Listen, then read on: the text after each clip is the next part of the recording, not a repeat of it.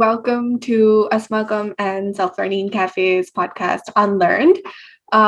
Today we're here with a really great friend, Mick, and we will be talking about gaming and unlearning gaming. So just a bit of background on Mick as well. So he has over 20 years of experience working in education, along with tutoring, consulting, and then core subject expertise. He's also designed and directed a lot of successful after-school and summer camp programs.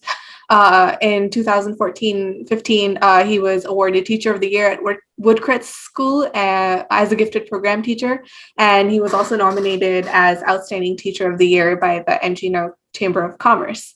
Along with this, he's also consulted for an AR/VR blockchain startup, a game design company in Dubai, and an after-school enrichment startup, which was founded by Joshua Dahn, who also co-founded the Ad Astra School with Elon Musk.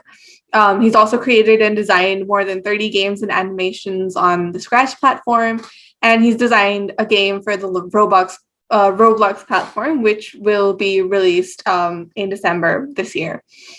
And for the last more than 5 years, he's been teaching creative technology to over 400 kids per week from over 20 different countries. And right now he's in northern Thailand, where he is teaching fourth graders at an international school. Mick, great to have you. Thank you for having me. Wow, that was a long list of things. I'm like, have I really done all those things? That's insane. Yeah, that's just my age. That just makes me old. Thank you so much. Thank you for having me, by the way. I'm excited. Yeah, so we're sort of here to talk about gaming, and I just wanted to jump right in. So my brother is a gamer, and he plays a lot of Minecraft and Fortnite, and I don't even know what else, but I hear a lot of complaints these days from parents and educators about how their kids are, on all these games, like they're spending so much time on these games, and, they're harmful and they're violent, and, they're not good for these kids.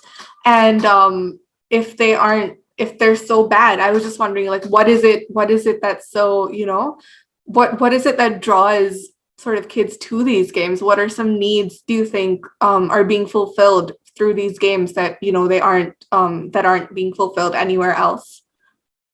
Yeah, that's a great question to start with. There's very specific psychological needs that gaming fills. The easiest way for me to remember it is with an acronym. I either use CAR or ARC, but it's basically autonomy, relatedness, and competency. So autonomy, these kids especially, everything about school and education for them is passive learning. Right. They are told what to do, when to do it, how to do it. Everything's supposed to look the same at the end of the day. There's no individuality. And in gaming, particularly things like Minecraft and Roblox, they have complete autonomy to build what they want, to play what they want.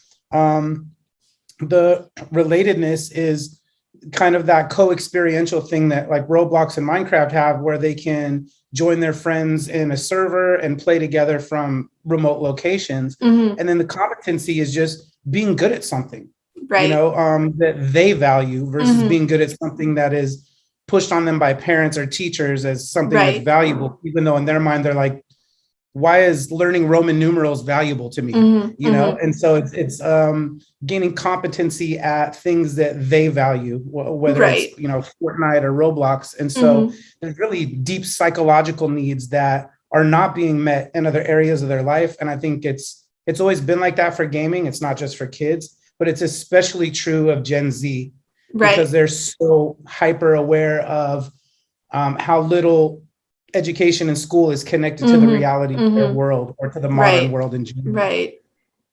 Definitely. And just to add to that as well, like, what do you think, like, what are some other ways that you think, these needs could be fulfilled, like outside of gaming as well, like as educators, as, people who work with kids, as parents, like, how do you think we can sort of start to fulfill these needs in other ways as well for our kids? Yeah, I mean, within the school system itself, I'm a big fan of project-based learning and student-centered learning. So that the autonomy, I have choices. I can make a movie or write a song or do an animation to demonstrate my knowledge of this project instead of just, multiple choice assessment at the end. working with other people, relatedness. And then again, if they have that buy-in, if it's something that they feel like they had some choice in, there's competency again in something that they value, because they feel like, well, I got to choose what I'm doing, so I want to do well in it, because I got some individuality in choosing it. Outside of school, I think any activities that it doesn't have to be tech related, but stuff that a child chooses. A lot of parents want their kids to play an instrument or do certain activities, but they're not necessarily things that the kids are choosing themselves. Right. And I think there's always more value to something that when the child comes home and goes, Mom, I really want to learn karate. Well, great. You're going to have, the autonomy of practicing when you want, watching YouTube videos, the relatedness of the people in your class, and the competency of reaching different levels as they would in gaming. And so there's lots of ways to apply those psychological needs not being met in and outside of the school system. But I think it starts with giving young people more choices, because they're they spend most of their day at school, and there are no choices at school in general. I think it's really crazy how, we never let our kids make any choices up till like when they're 18, and then you just sort of throw them into the world, and then you're like, now you have to make all these big life decisions on your own, and you have so many choices to choose from. And like we're really not equipping our kids with like tools to do that, Yeah, you're right. What really surprises me is Generation X is mostly older millennials, but mostly Generation X are the parents of these young Gen Zers. That's my generation. And we were latchkey kids. Like I walked my brother and I to and back from school like 1.5 miles when we were 9 and 6 years old. Right. We did our own laundry and cooked our own food. And parents just are so overly protective and helicoptering in this generation. And it's strange because we didn't grow up that way. I think it's the advent of technology and their fear of it, and their their lack of knowledge leads them to say, well, I'm going to shield my child from everything. And as you just stated, that absolutely leaves them unprepared for everything. So you're not really protecting them from anything other than knowledge and experience and, gaining their own understanding of the world around them. That's what you're protecting them from, so with air quotes. And so it just surprises me that my generation is these overly helicoptery parents that are just hovering or doing everything for their kids, not allowing their kids any independence at all. And it's really damaging. I see its effects when kids come to school, and parents don't often see that. So I think one of like the biggest sort of complaints about gaming or sort of restricting it is that some of them are like really violent, and they make kids more aggressive. How would you sort of respond to that? Like, what do you think about that?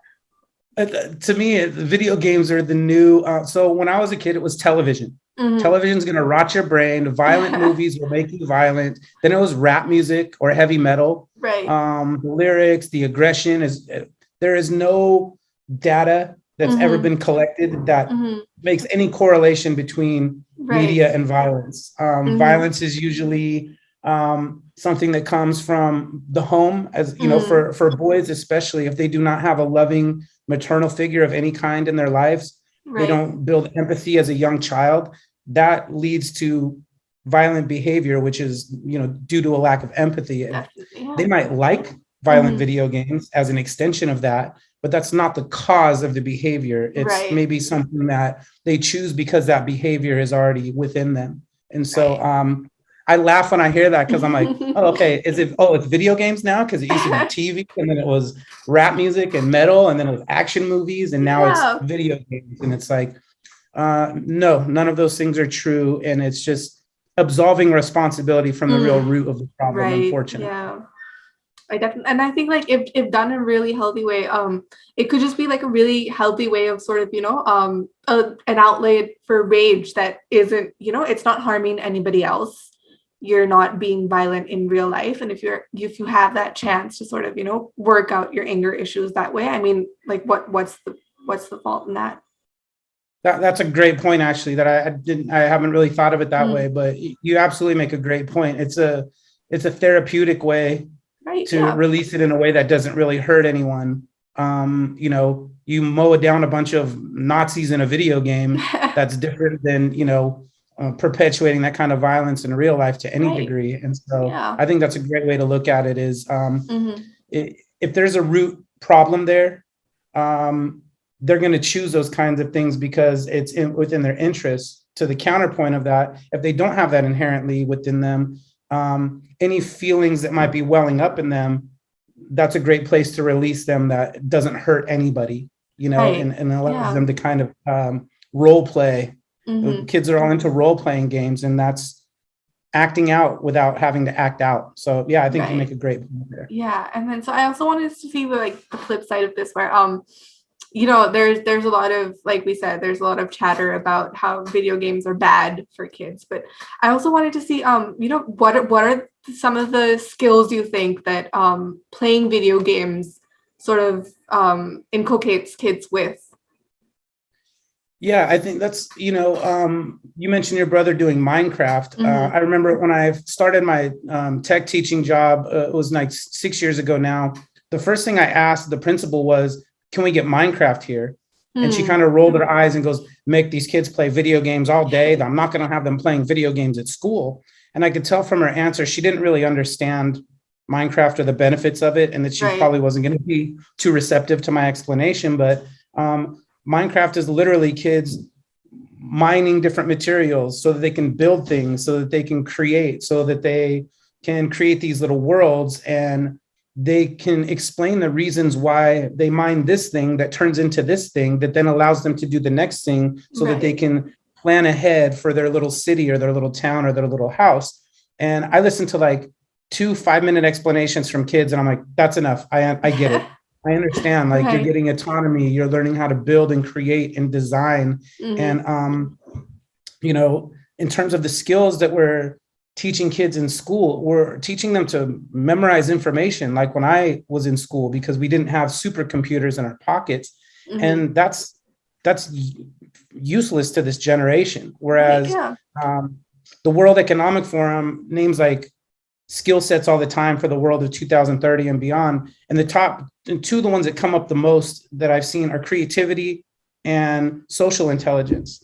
And certain games definitely teach creativity, and those co-experiential games allow for situational social intelligence to be built when they're learning how to work with each other, conflict resolution, play games together in a way that your friends are still want to play with you. So they're kind of working these things all out in a virtual world where they have less chance to do that in real life sometimes, you know. So there's lots of, it depends on what they're playing, and parents don't often know, understand, or ask what kinds of things are they doing. If they're only playing games passively, sure, if you don't want them doing that 10 hours a day. If they're building in Minecraft or they're making things in Roblox Studio or things like that, that's active learning. It's not passive playing. And so I always teach, like, balance those two things out and understand it's not how much they use tech, it's how are they using it, right? In what way are they using it? Definitely. I think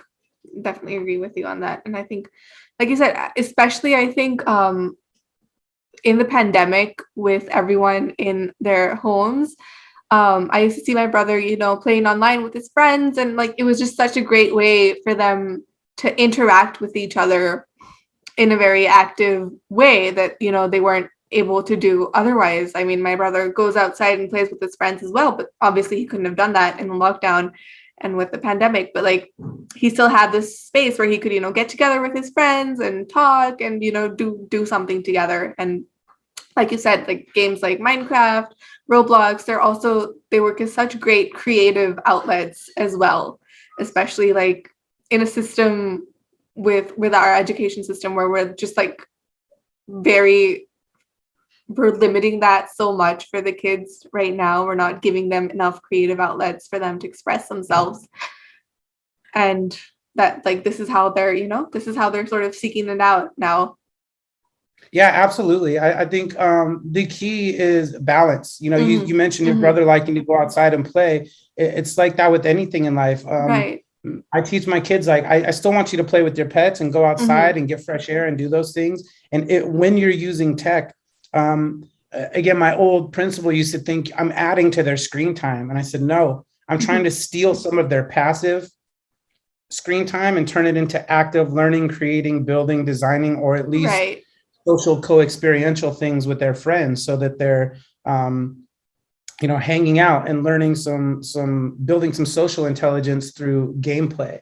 And so you're absolutely right. The pandemic really kind of shined a light on the lack of times that they have to do these kinds of things with each other. And I mean, imagine if the pandemic happened like 30 years ago, how psychologically damaging it would have been when everyone was literally isolated in their own place. And at least they have these forums where they were able to hang out with friends virtually and digitally.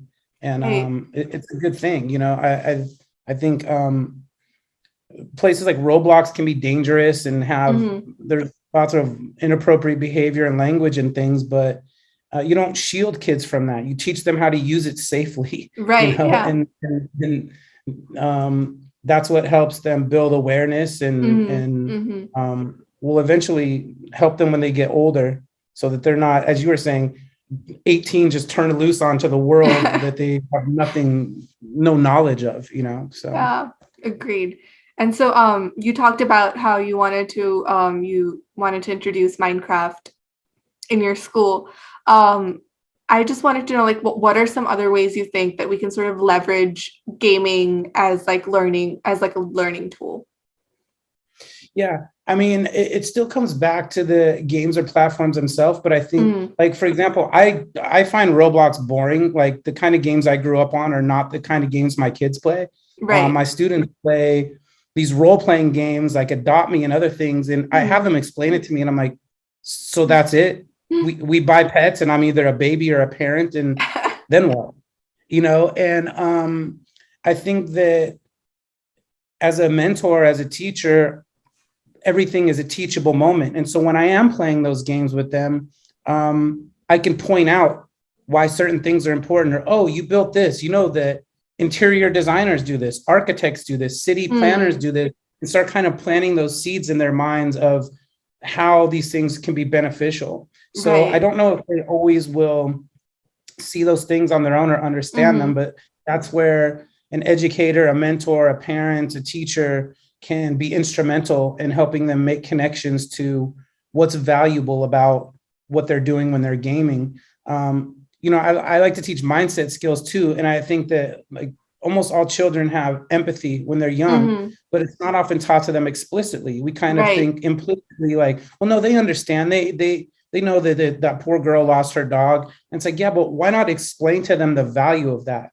what it's called, and allow them the chance to seek it out after that. And I think the same goes for gaming, where if I make these points to them about why this is important, or why this game in Roblox is better for skill building than this one, it allows them to kind of start, working those things out in their head, and then choosing them through intrinsic motivation, self-motivation, just, hey, I'm going to play this again. And Mr. D was telling me, like, building this is like, it could lead to this kind of career, or helps me build these skills. So I think that sometimes it takes someone to help connect the dots for them, whoever that is. It could even be an older sibling, in your case with your brother. But I think someone needs to know what's going on. And most parents are so busy nowadays that they don't know what Roblox is, or the difference between Roblox and Minecraft. And so the kids are kind of left on their own digitally, which can also be dangerous, That's true, yeah. And so, like we mentioned in your introduction, you're currently, you've designed a Roblox game that's supposed to come out in December. So I'd also like to hear a bit more about that. What's that about? Yeah, I have lots of game ideas, but making games for the Unity engine or Unreal engine, those are expensive. They take big teams and cost multi-million dollars. And Roblox, because most of the developers are young people, the guy that's doing my game for me, like, I don't know how to script in Roblox. I don't know how to build in Roblox. I just know what I want, and I'm designing it. This guy is 17. He graduated high school at 16. Wow. He's he's building games full time. He's making good money at it. And I'm paying him to do it as kind of a proof of concept for a bigger idea I have. Unfortunately, now Facebook and Roblox are jumping into the metaverse world, which I was, planning for like the last 3 years. But my game is just kind of kids like these role-playing games, but they didn't like the jobs. So like the job would be working at a burger place, and that's how they earn money in the game or currency, is they're like clicking a button to serve burgers. And so in my game, I'm giving them more fun ways to earn the currency so they can buy their pets and their houses and their cars and stuff. So they're playing different mini games. Like they love obbies, which are obstacle courses, or escape the zombie or escape this thing or the other. So my game has like escape the YouTuber with popular YouTubers who they know, escape the zombie, lava house, like the floor is lava. And they actually earn money for playing those games. And then they can go buy their digital pets and cars and things. But my scripter is a one-man show, and he's a really brilliant young guy. And so it takes longer than he thinks it's going to. So the deadline keeps getting pushed back bit by bit. But I just keep telling him, like, I just want it to be good. I tell my kids fast or good work's better than fast work. Definitely. And so not sure. I think we're going to still come out in December, but, I'm excited to see my students already here in Thailand. I have kids from mostly Korea, China, and Thailand. And they're like every day, Mr. D, when can we be friends on Roblox? When can we test your game? And so it's just another way to ingratiate myself to the young people whose, lives I'd like to impact. And taking part in their world is a great way to do that. You're definitely the cool teacher. Yeah, it's funny. I'm the oldest teacher in our building, and I'm like, how am I hipper than all of you young people? You guys don't know what Roblox is? You don't know who Mr. Beast is, the YouTuber? They're like, who? What? And the old guy knows all this stuff. So I'm excited for it to come out. And of course, the only people more excited than me are my students who can't wait to play it. Yeah, I mean, sounds really fun. I can't wait to play it. Yeah, hopefully your brother will want to play it too. Yeah. It's called Vastland. I actually released a version of it 6 months ago. It was called Simulation Simulator. And we released it on very shaky code. I had just found the young guy who's working on it now. And it was a mistake. I gave myself self-imposed deadlines and released it before it was ready. And like the first 40, it got thousands of plays in 1 week. And like the first 40 people liked it. And then more people started playing it on mobile, and it was having issues. And slowly the dislikes started to become almost even with the likes. And I just pulled it down, and I said, I released it too soon, and I'm not going to do that again this time. Right. So we've been down for about 6 or 7 months on the rebuild, and we're close now. He's on a 1 week sabbatical. And when he comes back, there's just probably 4 to 6 weeks worth of stuff to do. And then we'll release the 1.0 version, hopefully in December. Yay. Yeah, I know, I'm excited. Yeah.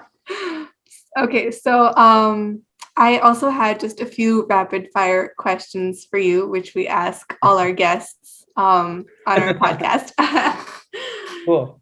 Right. So take your time answering them, but like just don't overthink it, just whatever comes to your mind. Right. So what do you think is the most important thing you've unlearned so far? Passive learning. The idea that knowledge is something that I wait for someone to give me, or that kids should wait for someone to give them. Right. Like I tell my kids, like the world's information is right in your hands. Go take it. It's yours. It's there. Go get it and don't wait. Right. Agreed. 100%. Okay. And then also like just in a similar vein, what is something that you think we all need to sort of unlearn as a community as well? That's a good question. Really, probably just the systems and patterns that we all grew up accepting, generation after generation. Like so many times when I wanted to change things in education and I ask why things are done this way, the answer is, well, that's the way we've always done it. And my counterpoint is like, but if it's always been wrong, or it's clearly wrong now, that cannot be the reason to continue down that path. Right. So just, unlearning things that we know are not the best route or the best way, simply because they're the most well-worn paths that we've taken over and over again. And so I try to do that personally, not just with education, just in life in general, is You know, the road less traveled can often bring a lot more than going down the beaten path over and over again. And so, you know, unlearning the long-standing habits or traits or characteristics that we know there's a better way to do things in the modern world, given all the technology we have. Right. Okay. And so you have your first kid on the way. And Yes. yeah. And my next question was sort of like related to that. Like, what do you think? How do you want education to be like for your child in the future? Yeah, I mean, my wife and I talk about this a lot. I don't know, put it this way, the only way we would want him to be a product of the school system is with a lot of pre-teaching by us of what's going to happen there and how he shouldn't be restricted by that, and how we don't value his grades. We don't care what he gets. We care about his effort. Like, it's going to take a lot of pre-teaching. I would like him there for the social experience and to kind of, you know, test himself against the knowledge that he's getting there and see what he thinks is important. But I think it's going to be really important for us to, from a young age, find out what he's curious about and allow him to seek out those curiosities and just be guides down his path, not to push him down one path or another, but to say, well, what do you like? What do you want to try? We're going to help you try that. Do you like it? We're here to support you. Do you want to do this more? Do you want to take a different path? So it's really letting him from a young age have independence with guidance and support, as opposed to indoctrination, you know, and once he gets to school age, that'll become all the more important. This is what you have to do. It's by law. Everyone has to go to some kind of school. But when you come home, you can learn anything you want. You know, on the weekends, you can learn anything you want. So I think we'll have to supplement the school system and make sure that we raise him from a young age to be an independent thinker and self-motivated, resilient, an effective communicator, an empathetic human being. And so I would never, ever rely just on the school system and, you know, hope like, well, I hope he gets everything he's supposed to from school.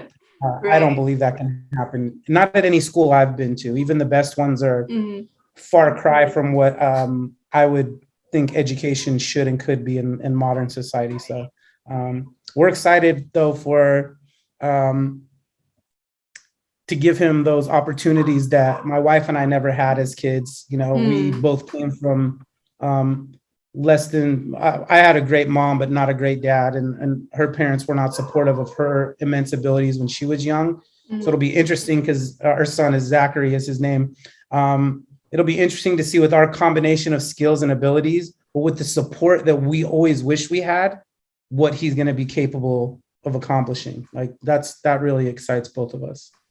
I think he's really lucky to have you guys as his parents. Oh, thank you so much. You too. I know we meet in a group sometimes that you and your mom are a part of. And I, you know, I told my wife, like, I was really impressed by not just your self-learning journey and what you've been able to accomplish without traditional school, but the way that your mom uplifts and supports you and the pride that you can see in her face when you're speaking, like, that's my girl right there. That's my daughter. Go on, go, Maitreyee, do your thing. And so that's, you know, she's a source of inspiration too. And parents like her of setting a good example. And then what's the byproduct of that? Someone young and brilliant like yourself. And so we want the same things for our son as well. And so my last question to you is, what is one piece of advice that you'd give to today's generation?